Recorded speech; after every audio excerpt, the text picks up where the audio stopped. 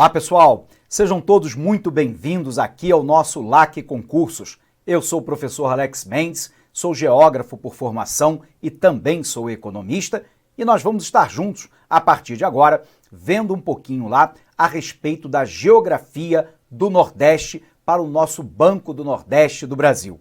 Então vamos lá pessoal, ver aí o tema dessa nossa primeira aula. Bom pessoal, nessa nossa primeira aula a gente vai abordar aí a geografia do Nordeste brasileiro em dois itens fundamentais, a parte de clima e a parte de relevo. Bom, para a gente poder compreender um pouquinho a respeito do Nordeste, a gente primeiro tem que lembrar que o Nordeste envolve lá no total de 9 estados. Nós estamos falando, portanto, de estados como Bahia, como Pernambuco, como Sergipe, Piauí, Ceará, Rio Grande do Norte e outros mais. A gente sabe que a região Nordeste, ao contrário do que muita gente pensa, não é lá uma região com características homogêneas em si. Isso porque há uma visão um tanto quanto estereotipada de algumas pessoas que acham que o Nordeste ou só é a zona da mata, a área de praias na lindíssima costa do Nordeste brasileiro, ou só é o semiárido, a área do sertão. Na verdade, nós sabemos que o Nordeste brasileiro está dividido em 4 sub-regiões. Se nós pegarmos o Oceano Atlântico como referência, a leste, e nos encaminharmos para o oeste, portanto para o interior do Nordeste brasileiro, para o interior do Brasil como um todo, a primeira faixa é uma faixa que nós chamamos de Zona da Mata. Ela é seguida pelo Agreste, indo mais para o interior, a área do Sertão, e finalmente, já fronteira quase com a Amazônia, nós temos a área do Meio Norte. A nossa tarefa, portanto, é primeiro identificarmos os estados que fazem parte dessa macro-região e analisar cada uma das características dessas sub-regiões, no que diz respeito lá ao relevo e também ao clima. Bacana? Então vamos lá, pessoal. Vamos ver como é que isso funciona. Bom, nós temos então, pessoal, alguns aspectos gerais que a gente tem que lembrar do Nordeste brasileiro, né? A região Nordeste do território brasileiro é composta por 9 estados, né? Alagoas, Bahia, Ceará, Maranhão, Paraíba, Pernambuco, Piauí, Rio Grande do Norte e o Sergipe. Observe, pessoal, que se nós tracejarmos aqui, né, as chamadas sub-regiões do Nordeste, então vamos colocar aqui o Nordeste e vamos determinar as sub-regiões desse Nordeste. Tendo lá como base a porção leste do nosso território e nos encaminhando em direção ao oeste do nosso território, nós vamos ver que a primeira área na faixa litorânea é a Zona da Mata. Lembrando para você que a leste aqui, o Brasil faz fronteira com o Oceano Atlântico. Então nós temos a primeira sub-região, que é a Zona da Mata, seguida lá da área que nós chamamos de Agreste. Depois nós temos o Sertão, onde fica o semiárido nordestino, e finalmente, mais a oeste, uma área que nós chamamos de Meio Norte, que mais tarde nós vamos aprender, tem um conjunto vegetativo chamado de Mata dos Cocais. Então, reprisando para você, o Nordeste é dividido em 4 sub-regiões. Partindo do leste do Oceano Atlântico, a primeira área litorânea é a Zona da Mata. Indo em direção ao interior, eu tenho o agreste, mais para dentro do interior ainda, o sertão e, finalmente, a área do meio-norte. Bom, se é assim, a gente precisa, então, iniciar a caracterização de cada uma dessas regiões. Então, observe, pessoal, nós vamos começar lá pela área do meio-norte, tudo bem? E vamos avançando, né, do interior para o litoral. Então, o que nós sabemos, né? Que a área do meio-norte é uma área de fronteira, né, entre a floresta amazônica, que fica ainda mais a oeste, e a área do sertão. Essa área inclui basicamente os estados aí do Maranhão e do Piauí. Uma outra região é a área do sertão, a área do semiárido nordestino, onde nós vamos encontrar, inclusive, o polígono das secas. Essa região é lá uma área que fica entre o meio-norte e a área do agreste. Temos a área do agreste, que é uma zona de transição entre a zona da mata e a área do sertão. E, finalmente, na faixa litorânea, nós temos a zona da mata do Nordeste brasileiro. Então, vamos fazer um apanhado geral lá no nosso quadro para a gente ir, então, analisando cada uma dessas sub-regiões. Legal? Confere. O meio-norte, pessoal, é a faixa de transição entre a Amazônia e o sertão nordestino e engloba o estado do Maranhão e também o oeste do Piauí. Temos o sertão, localizado no interior da região nordeste, sendo a sua maior área geográfica. Nos estados do Ceará e do Rio Grande do Norte, chega a alcançar o litoral. E descendo mais ao sul, alcança divisas de Bahia com Minas Gerais. Temos o agreste, que é a faixa de transição entre o sertão e a zona da mata.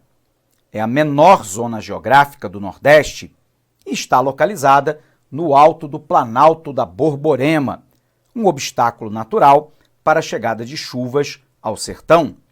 E, finalmente, a zona da mata, que se localiza ao leste entre o Planalto da Borborema e a costa e estende-se do Rio Grande do Norte até o sul da Bahia. Se é assim, a gente precisa, então, analisar primeiro a condição de relevo. Vamos lembrar, quando a gente fala de relevo, nós estamos falando das formas da crosta terrestre. A camada mais externa do nosso planeta nós denominamos crosta terrestre, e as formas dessa crosta é aquilo que nós entendemos por relevo.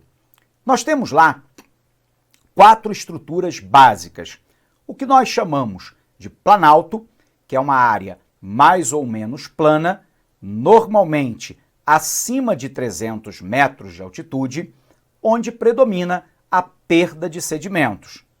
Esses sedimentos podem ser de 2 tipos: sedimentos orgânicos, como, por exemplo, animais mortos, fezes, flores, frutos, sementes, folhas, árvores mortas, etc. E pode ser também material inorgânico, areia, pedra, cascalho, barro. Bom, sendo assim, a área do Planalto é uma área mais ou menos plana, normalmente acima de 300 metros de altitude, onde predomina a perda de sedimentos. E o que vem a ser uma planície, professor? Planície é uma área mais ou menos plana, normalmente abaixo de 300 metros de altitude, onde predomina o acúmulo de sedimentos. Portanto, o Planalto perde sedimentos e a planície acumula esses sedimentos. Nós temos também o que nós chamamos lá de depressão relativa. Por exemplo, a depressão sertaneja. A depressão é uma queda altimétrica entre 2 planos quaisquer e acima da linha do mar. A depressão sertaneja, que nós vamos ver, se enquadra exatamente nesse conceito de depressão relativa. O Brasil não tem depressão absoluta, mas só para a gente conceituar, a depressão absoluta é uma queda altimétrica entre dois planos quaisquer e abaixo da linha do mar. É o caso, por exemplo, da Holanda. A maioria do território da Holanda está abaixo da linha média do mar. Bom, se a gente entendeu as principais fontes de relevo, as formas de relevo, a gente pode, então, dar uma olhadinha no nosso material para ver como é que se configura o relevo do Nordeste. Vem para cá. Então, a gente vai falar primeiro do relevo da área litorânea. A área litorânea tem uma predominância de planície. Então, vamos lembrar.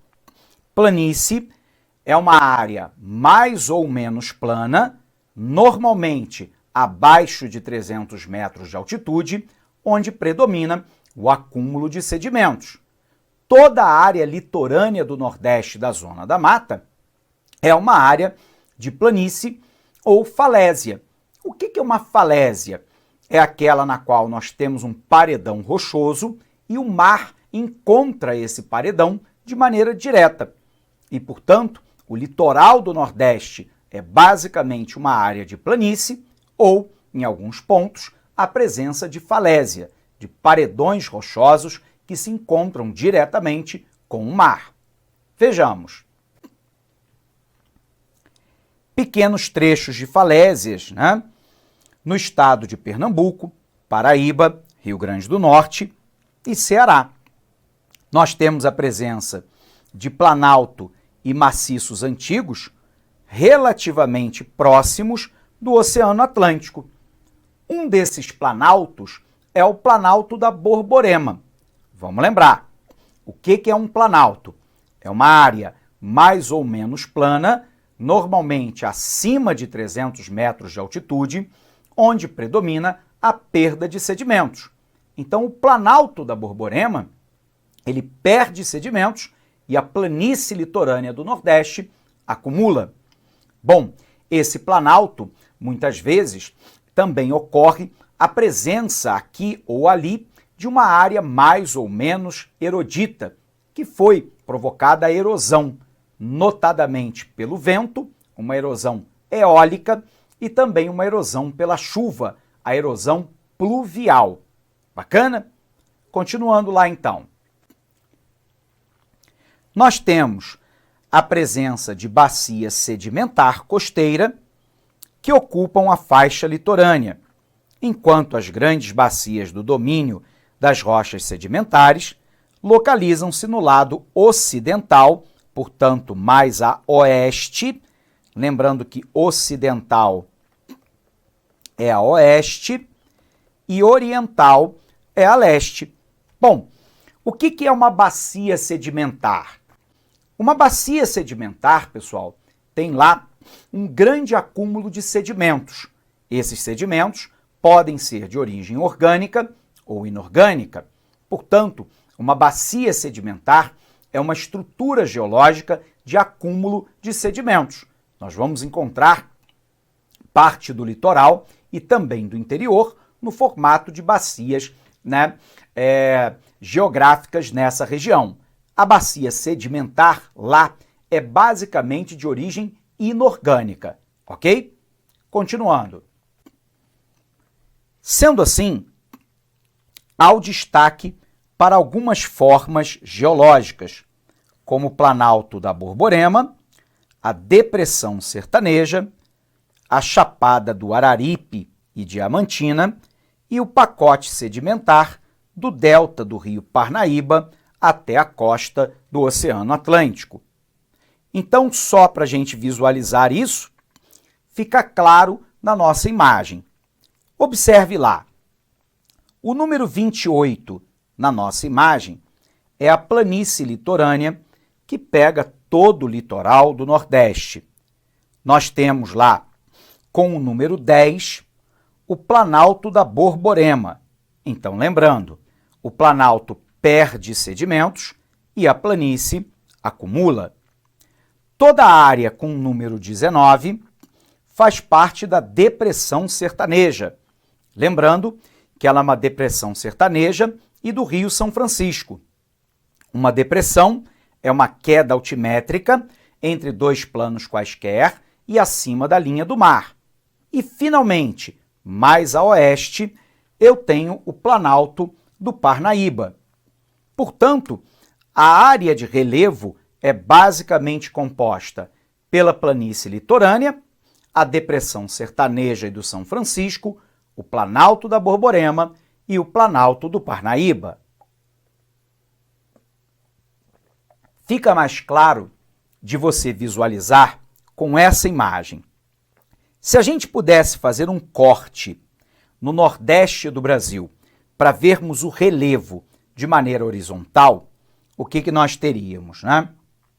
Aqui a área do Oceano Atlântico, e na área do Oceano Atlântico nós temos a presença de uma área de planície, que é a planície litorânea, também chamado de planície atlântica.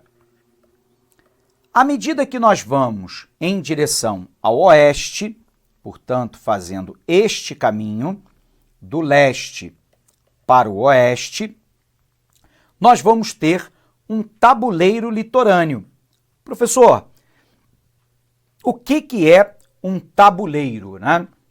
Um tabuleiro, pessoal, nada mais é, né, do que aquilo que nós vamos encontrar num planalto, numa formatação mais ou menos que retilínea no seu topo.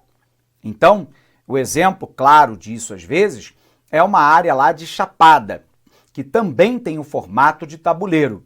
Eu vou colocar no nosso quadro agora para você entender como é que é mais ou menos esse formato.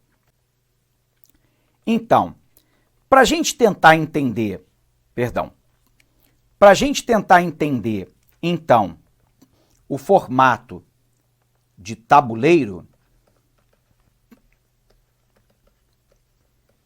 ele tem um formato mais ou menos assim, né? Que também é o formato de uma chapada, que na verdade é um planalto que tem uma área relativamente plana, né, no seu topo. Bom, se é assim, a gente pode então voltar aqui para o nosso esquema. Então nós temos os tabuleiros litorâneos e o Planalto da Borborema, uma queda altimétrica, né, entre o Planalto da Borborema e a escarpa da Serra de Ibiapaba. O resultado é que nesse intervalo nós temos lá a famosa depressão sertaneja. Portanto, uma queda altimétrica entre dois planos, a Serra do Ibiapaba e o Planalto da Borborema. Passando lá pela Serra do Ibiapaba, nós temos os planaltos e as chapadas da bacia do rio Parnaíba. E, finalmente, mais a oeste, o próprio rio Parnaíba. Portanto, o Nordeste, com quase 1,5 mil quilômetros, esse perfil vai do Maranhão até Pernambuco. É um retrato fiel do relevo da região, com destaque para os dois planaltos, o da bacia do Parnaíba e o da Borborema, cercando lá a depressão sertaneja, que no passado fora um planalto. Esse planalto foi sendo erodito pela água da chuva e pelo vento, provocando então a depressão sertaneja. Bom, se é assim, a gente precisa então entender agora a respeito do clima do nosso Nordeste. De novo, nós vamos fazer a caminhada do litoral em direção ao interior e entendendo todos os conjuntos climáticos. Mas antes disso, a gente precisa fazer uma distinção importante. Há uma diferença fundamental entre clima e tempo. Para a imensa maioria das pessoas, isso não é relevante, mas para a nossa prova é. Quando a gente fala de tempo, são as condições atmosféricas num dado momento. Por exemplo, nós temos eventualmente num dia uma temperatura em elevação, baixa umidade relativa do ar, poucas nuvens no céu, probabilidade pequena de chuva e, portanto, um nível de iluminação maior. Essas são as características do tempo.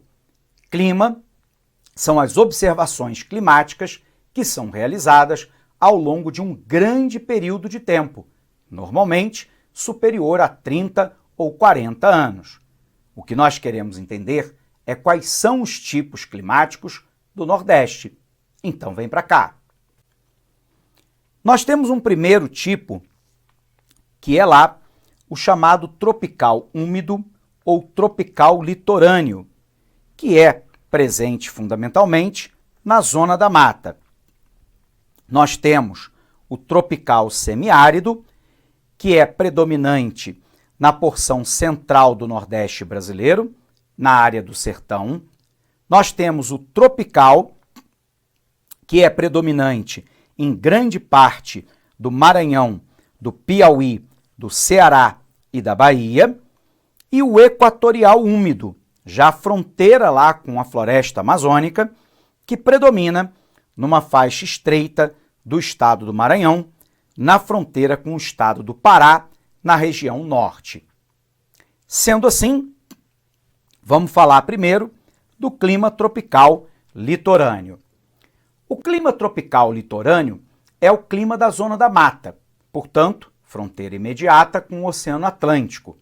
A gente sabe que o Nordeste brasileiro inteiro está próximo da linha do Equador. Nós sabemos também que quanto mais próximo da linha do Equador, maior é a insolação e, portanto, considerando de maneira isolada, quanto mais próximo da linha do Equador, maior a temperatura. Por que isso acontece? Porque os raios solares batem perpendicularmente à linha do Equador. Dada a curvatura do nosso planeta, quanto mais afastado da linha do Equador, maior é a área que o Sol tem que iluminar e aquecer. Portanto, quanto mais próximo da linha do Equador, maior a temperatura. Quanto mais afastado da linha do Equador, menor a temperatura. Você se recorda também que a gente mede isso a partir da latitude. Vamos lembrar, o que é a latitude? É a medida em graus a partir da linha do Equador, uma linha imaginária que corta o nosso planeta como duas metades de uma laranja. Portanto, quanto maior a latitude, menor a temperatura. Quanto menor a latitude, maior a temperatura. Vamos botar isso no quadro para você? Vem para cá. Então, pessoal, quando nós analisamos o clima, um dos fatores de peso é o que nós chamamos de latitude, que é a medida em graus a partir da linha do Equador. Então, o que ocorre, né? Nós temos aqui o nosso planeta, os raios solares são enviados perpendicularmente à linha do Equador. Aqui uma linha imaginária que nós vamos chamar de linha do Equador. A linha do Equador, nós vamos dizer que é 0 grau. Grau aqui não é de temperatura, é de distância. Nós temos, então, 90 graus em direção ao norte e 90 graus em direção ao sul. E temos lá, portanto, que quanto mais afastado da linha do Equador, observe aqui, maior é a área, vamos colocar aqui de novo, maior é a área que o Sol tem que iluminar e, obviamente, aquecer. Portanto, quanto mais próximo da linha do Equador, maior a temperatura, porque os raios solares batem perpendicularmente à linha do Equador. E sendo assim, nós temos algumas divisões no nosso planeta, né? Aqui a nossa linha do Equador.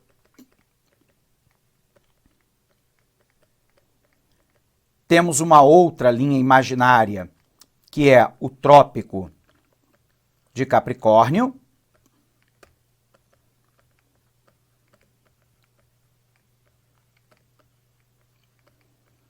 Temos uma outra linha, que é o Círculo Polar Antártico.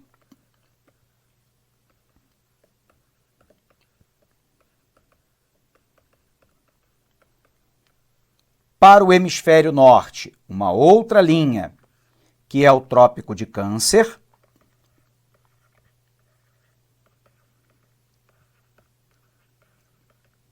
E, finalmente, ainda mais próximo do Polo Norte, o Círculo Polar Ártico.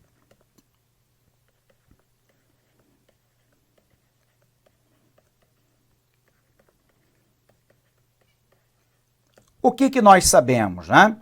Que como os raios solares batem perpendicularmente à linha do Equador, quanto menor a latitude, e a linha do Equador é 0 grau, portanto ela é baixa latitude, maior a temperatura. Como o Nordeste brasileiro ele está entre a linha do Equador e o Trópico de Capricórnio, aqui, né, entre a linha do Equador e o Trópico de Capricórnio, a incidência da insolação é alta. Se a incidência da insolação é alta, o que nós vamos ter de clima nessa região? Nós vamos ter elevadas médias térmicas, ou seja, temperatura alta em quase todo o ano, pouca amplitude térmica anual. O que é a amplitude térmica anual, professor? É a diferença entre a maior e a menor temperatura média observada ao longo do ano. A diferença entre a maior e a menor temperatura média observada ao longo do ano na área da zona da mata é pequena e, portanto, nós vamos dizer que ela tem lá uma pouca amplitude térmica anual. Ela vai ter a atuação de basicamente duas massas de ar. A massa tropical atlântica, que é uma massa quente e úmida, e a massa equatorial atlântica, que é igualmente quente e úmida. Resultado, o clima nessa região é basicamente um clima quente, com um período chuvoso e um outro relativamente um pouco mais seco. Bom, se a gente compreendeu então que a gente está falando de um clima tropical litorâneo, com elevadas médias térmicas, pouca amplitude térmica anual, que nós temos lá chuvas concentradas em determinados períodos do ano, enquanto outros períodos é relativamente seco, a gente tem que dar uma olhada no climograma dessa região. Então vamos para lá.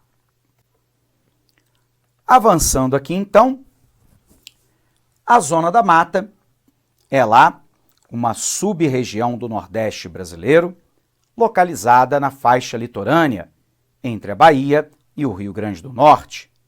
Atualmente, é a região mais povoada, urbanizada e industrializada de todo o Nordeste. O clima da zona da mata é o tropical úmido. As chuvas se concentram nas estações do outono e do inverno. As temperaturas médias mensais são altas e há uma pouca amplitude térmica anual. Vamos lembrar, amplitude térmica anual é lá.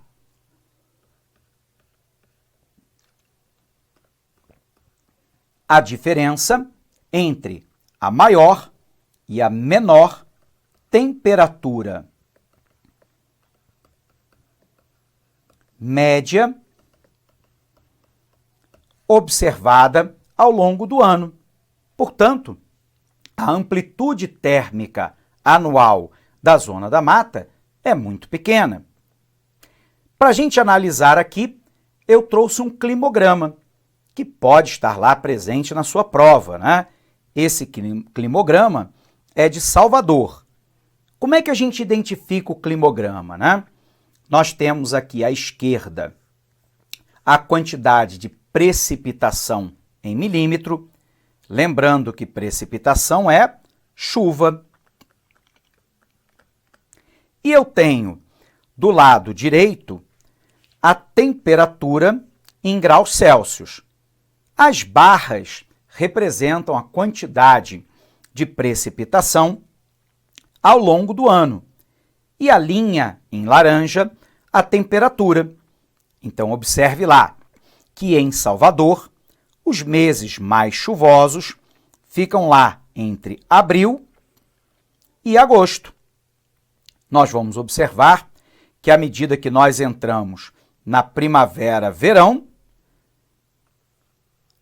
a temperatura sobe, ela entra em ascensão. Olha como é que a temperatura é alta aqui no início do ano em Salvador, e o índice pluviométrico cai.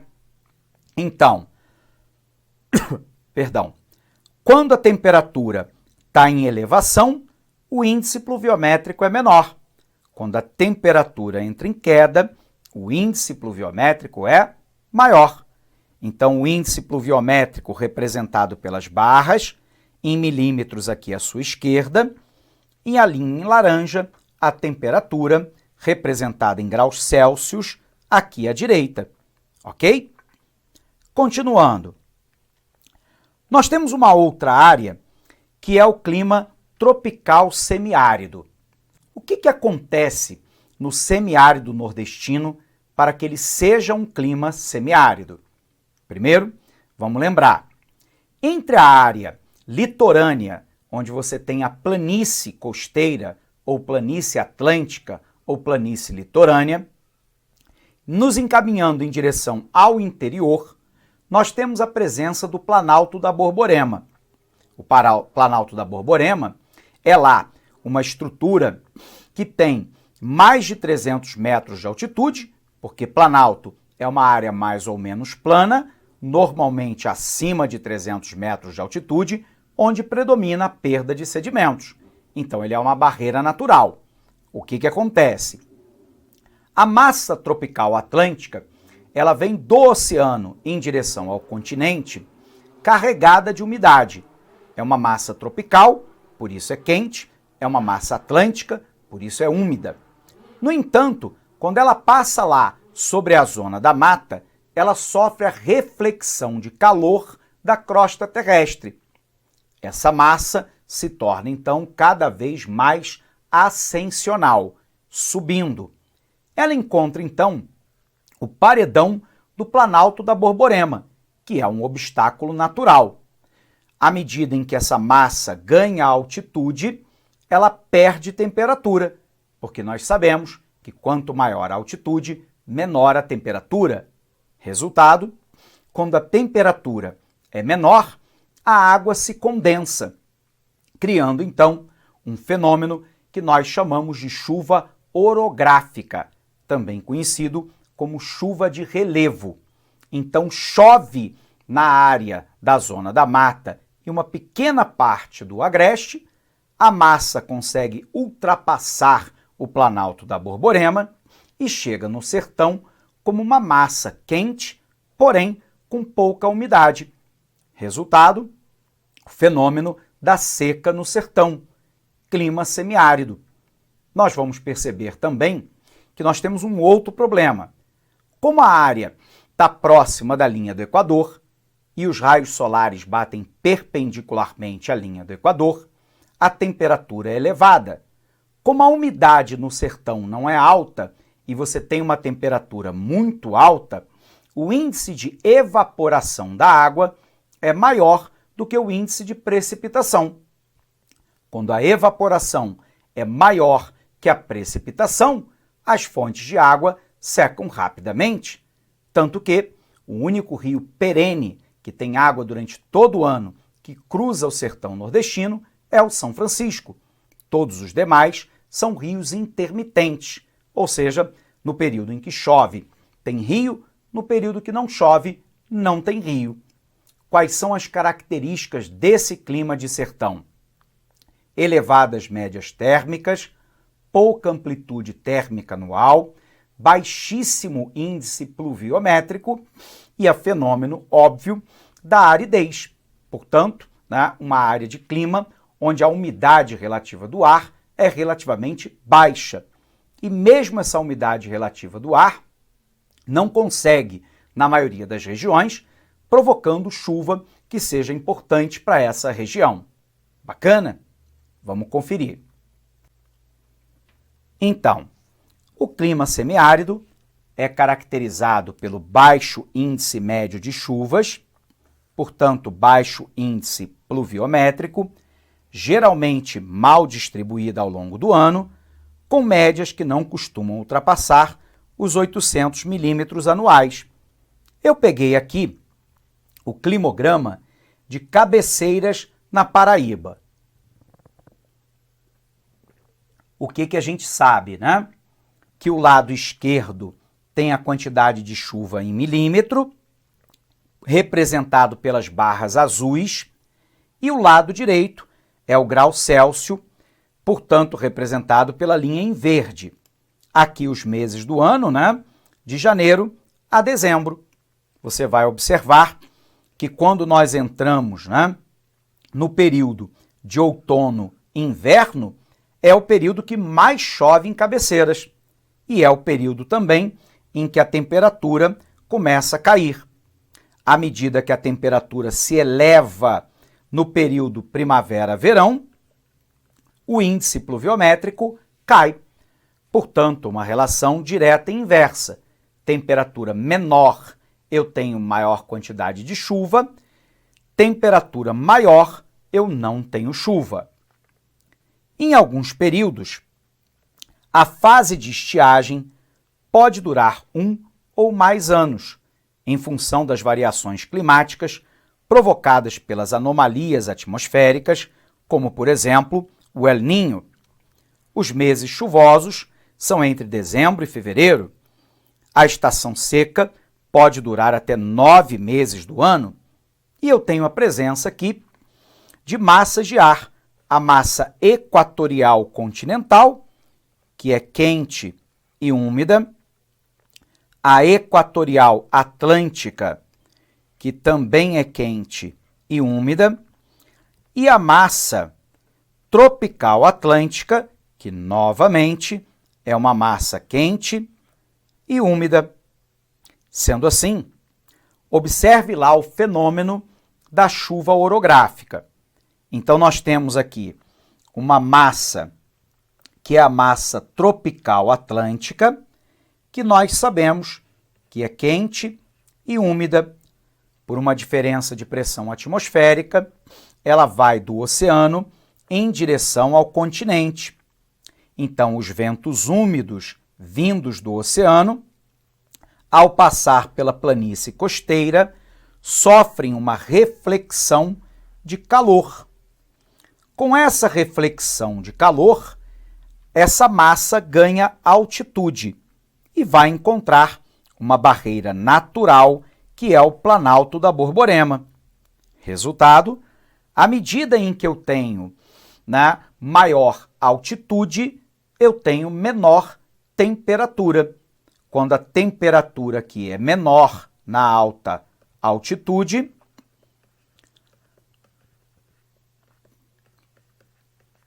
nós temos a condensação da água das nuvens, provocando lá uma chuva orográfica, uma chuva de relevo, em parte do Planalto da Borborema e também na zona da mata.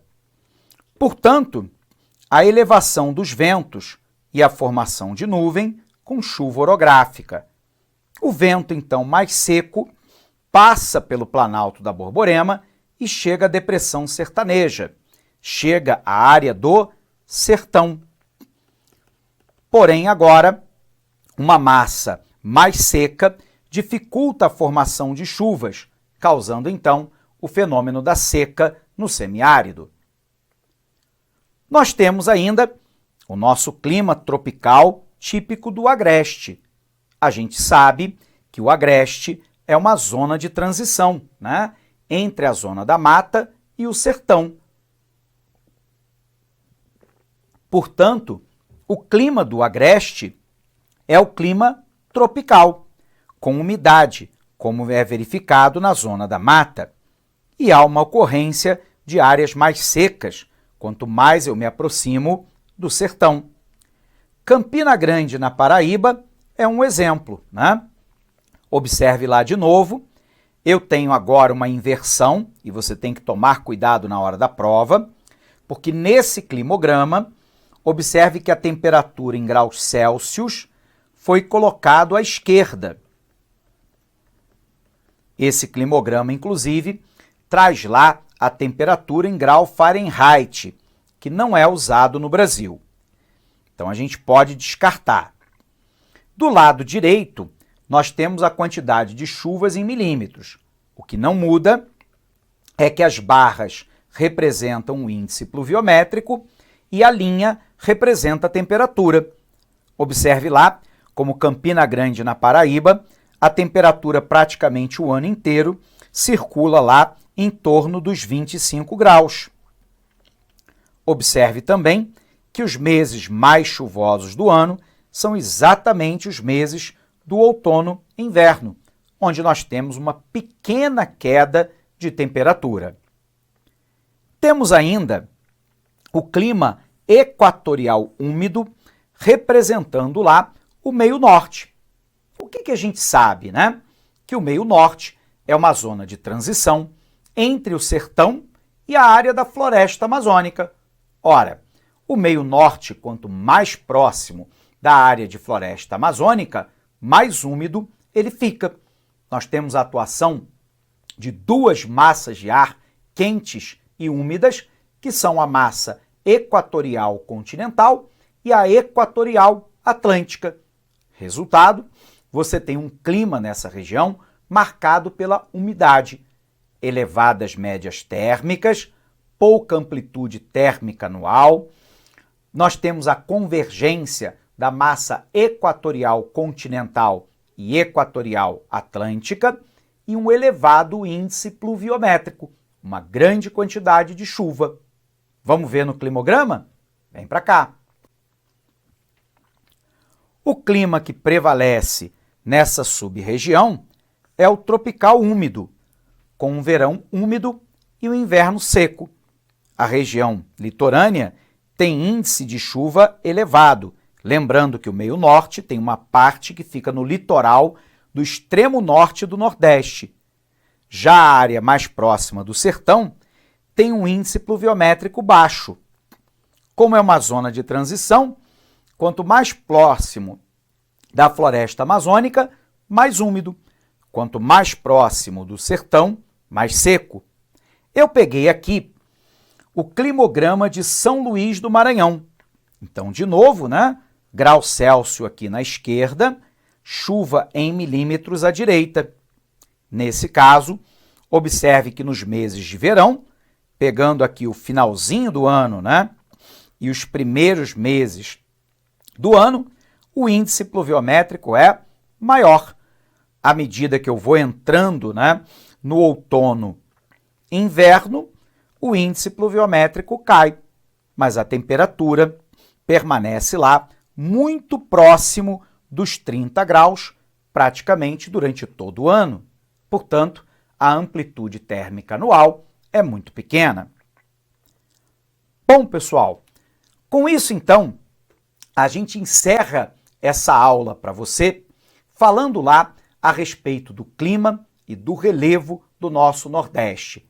Nós teremos oportunidade de, num outro momento, analisarmos a vegetação e a hidrografia, e a partir daí, analisar cada um dos pontos do nosso edital, ok? Ao final de cada módulo de conhecimento, a gente vai trazer exercício para a gente consolidar o nosso conhecimento, reforçar aí aquilo que a gente aprendeu, entender como é que a banca cobra o assunto e ser aprovado. Um abraço imenso para você. Bons estudos, seja muito bem-vindo aqui ao nosso LAC. Nós temos um imenso prazer em tê-lo como aluno. Abração e até o nosso próximo encontro. Até lá! Clique lá